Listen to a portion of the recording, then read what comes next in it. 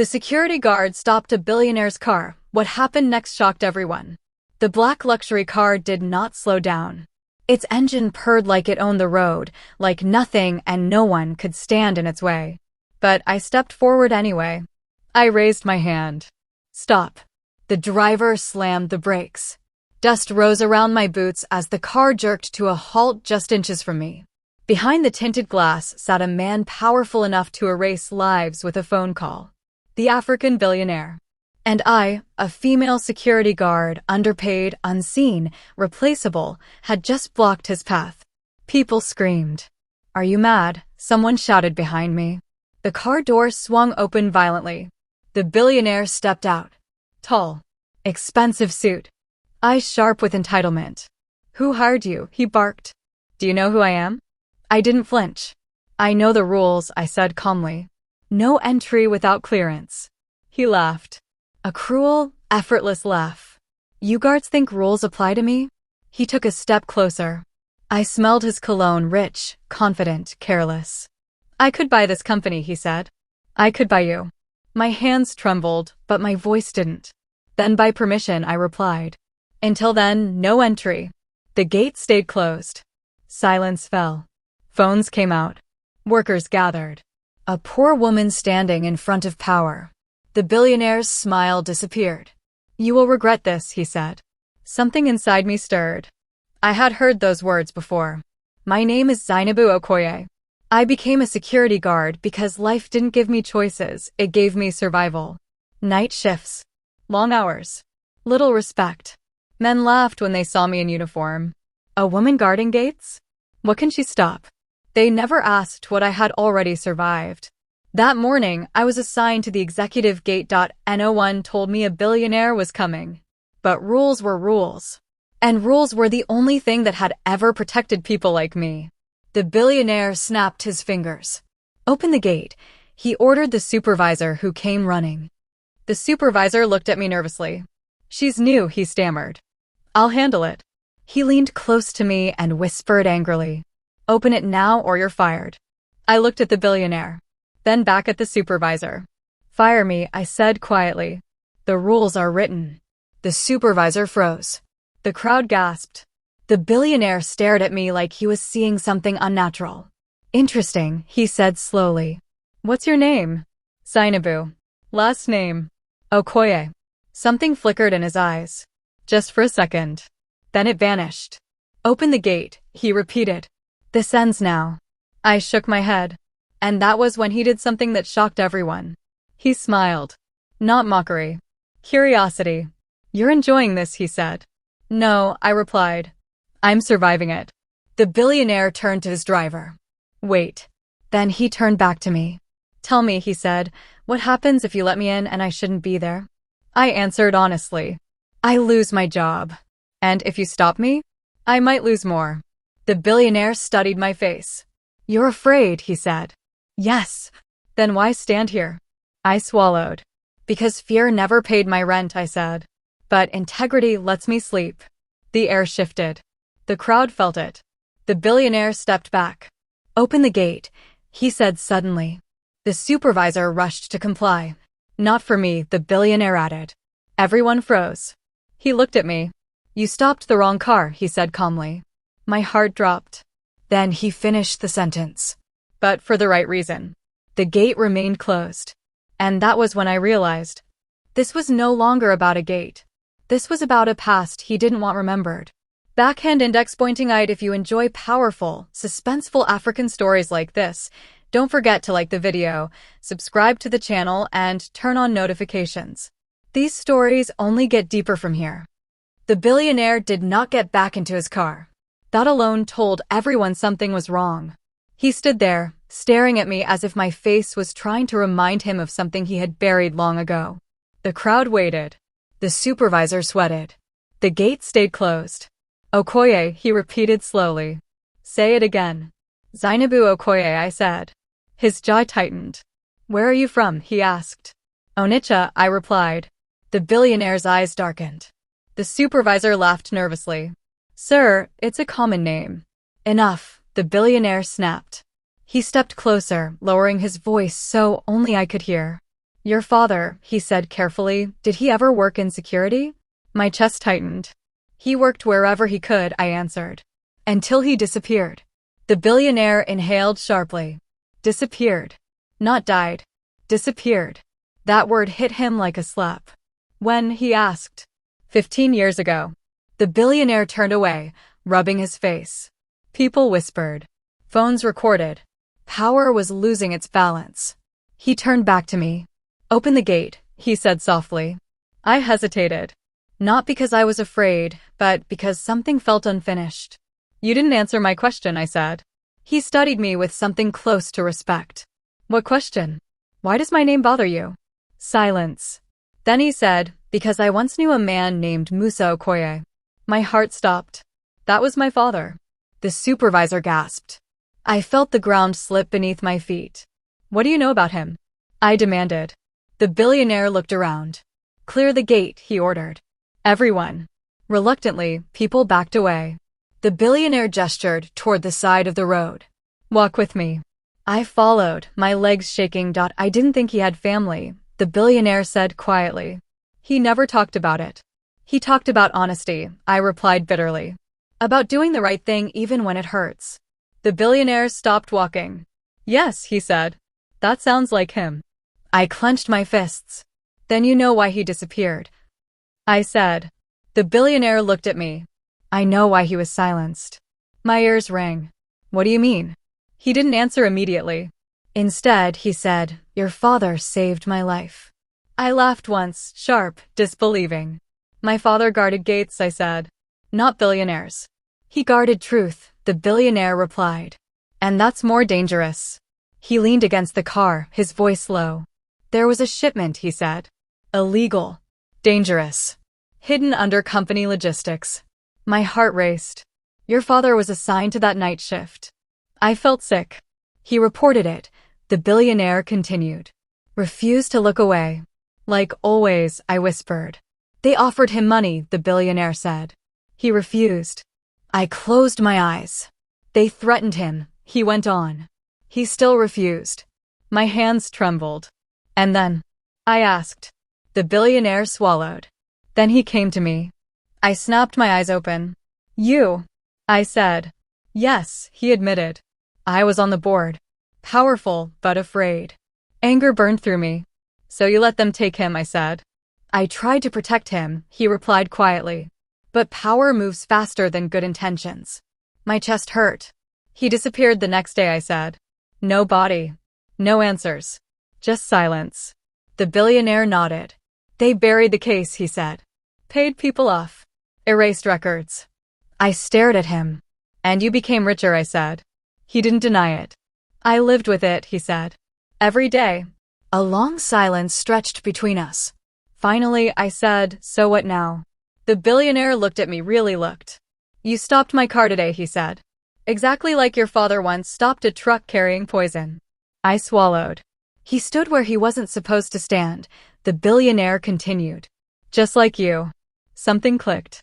You didn't come here by accident, I said. No, he admitted. I came to finalize a deal. With the same people, I said.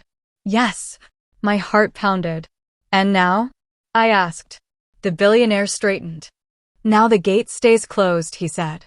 He turned to the supervisor and shouted. This woman is not fired. The supervisor froze. She is promoted, the billionaire continued. Effective immediately. Gasps rippled through the crowd. And this company, he added, is under review. I stared at him. You can't fix this with a promotion, I said. He met my eyes. I know, he replied. That's why I'm opening old graves. Fear crept into my chest. People don't like that, I said. They didn't like your father either, he replied. The billionaire extended his hand. Help me finish what he started, he said. I looked at his hand. Then at the closed gate. Then at the memory of my father standing alone. I didn't shake his hand. Not yet. I'll help, I said. But I won't be silent. A slow smile spread across his face. Neither will I, he said. And in that moment, I knew. Stopping his car was the smallest thing I would ever do. They didn't come for me immediately. Power never does. First, it watches.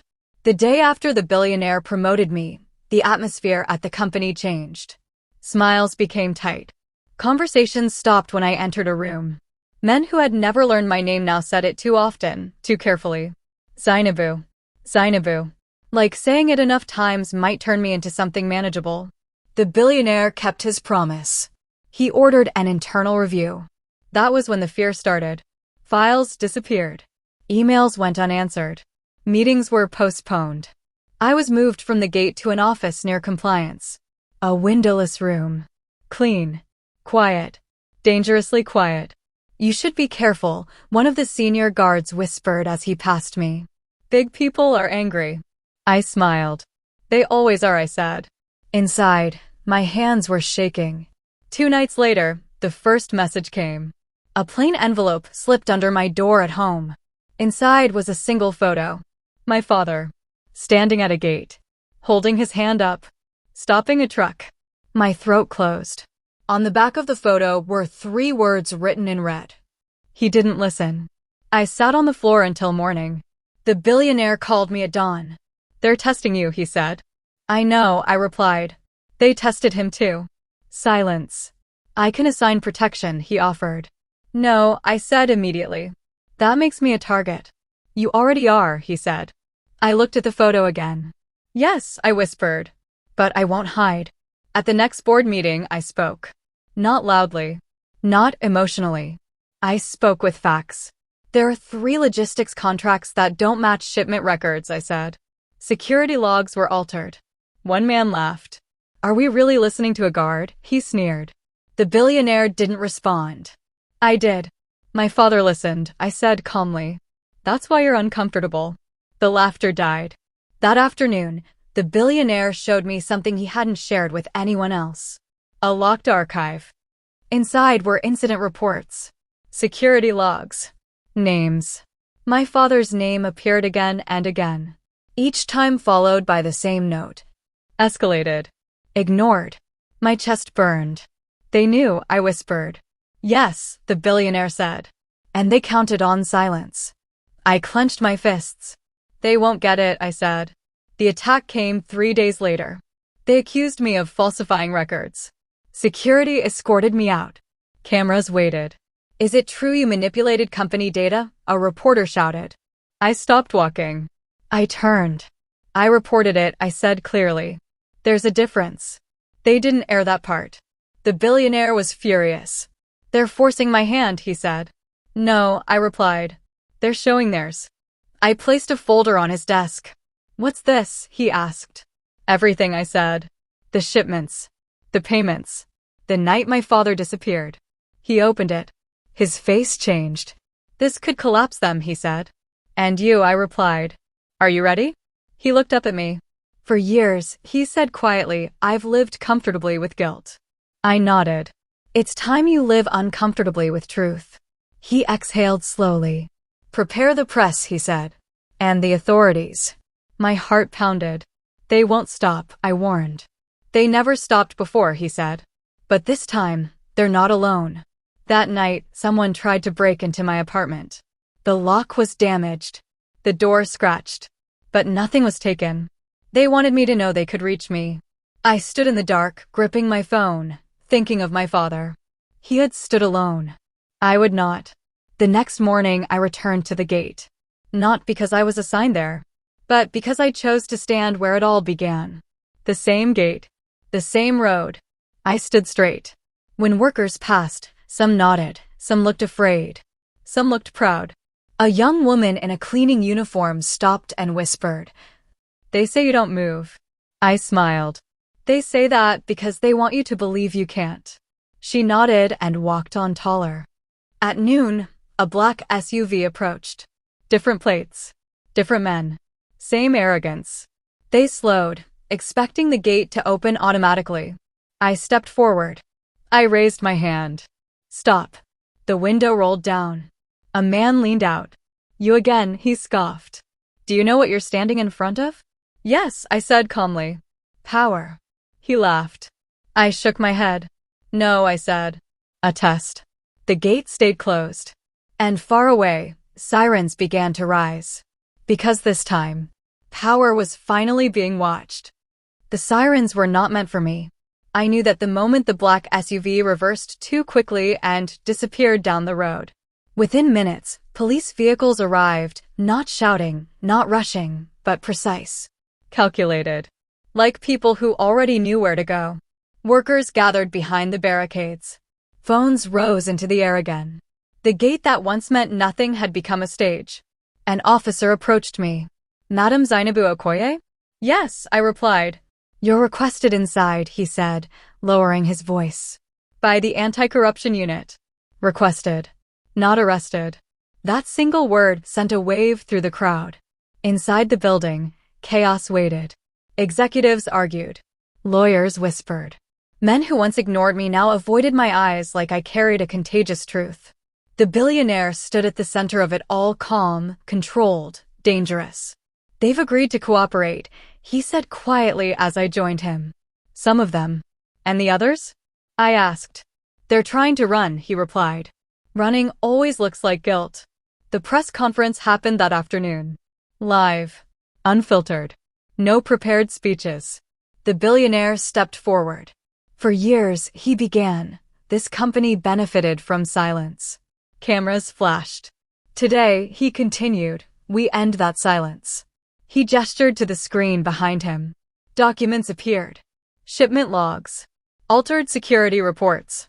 Payment trails. Names. The room gasped. These records, he said, were flagged by a woman who once guarded our gate. Murmurs spread like fire. I felt every eye turn toward me. She did her job, the billionaire continued. The way her father did. The name Musa Okoye appeared on the screen. My father's face followed. Clear. Undeniable. He reported illegal shipments, the billionaire said. And he was erased for it. A reporter shouted. Are you saying this company killed a man? The billionaire didn't hesitate. I'm saying this company allowed it. Silence slammed into the room. Arrests followed quickly. One executive fainted. They'll remember the gate, I replied. I just stood there. He smiled sadly. That's how change always starts. But deep inside, I knew. One last decision remained. And it would shock everyone. The courtroom was silent. Not the kind of silence filled with fear, but the kind that comes when truth has already spoken and everyone is waiting for the final blow. The billionaire sat in the witness chair. No bodyguards. No lawyers whispering in his ear. Just him and his conscience. I stayed silent, he said into the microphone. Because silence was profitable. Gasps filled the room. And that silence destroyed an honest man, he continued. Musa Okoye. My father's name echoed through the courtroom like thunder. The judge leaned forward. Are you admitting knowledge of criminal activity? She asked. Yes, the billionaire replied. And complicity through inaction. People cried. Others shook their heads in disbelief. A billionaire choosing truth over protection.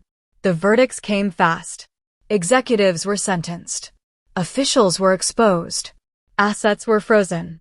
And then came the moment no one expected. The billionaire stood up after the trial and called another press conference. I'm stepping down, he announced. Reporters shouted questions. Effective immediately, he continued, I am transferring controlling ownership of this company into an independent public trust. The room exploded. And that trust, he said calmly, will be overseen by someone who understands what it means to guard integrity. He turned and looked at me. Zainabu Okoye. My breath stopped. She will serve as head of ethics and security oversight. Cameras flashed wildly. A former security guard, now the moral authority of a corporate giant. I returned to the gate one last time. Not in uniform. Not in authority. But in gratitude. I touched the cold metal. This gate had taken my father. And given him back. Months later, I stood at my father's grave. They tried to erase you, I whispered. They failed. The wind moved softly through the trees. Today, every employee knows the rule. No exceptions. No silence. No fear. Young women apply to work here, not to survive, but to lead.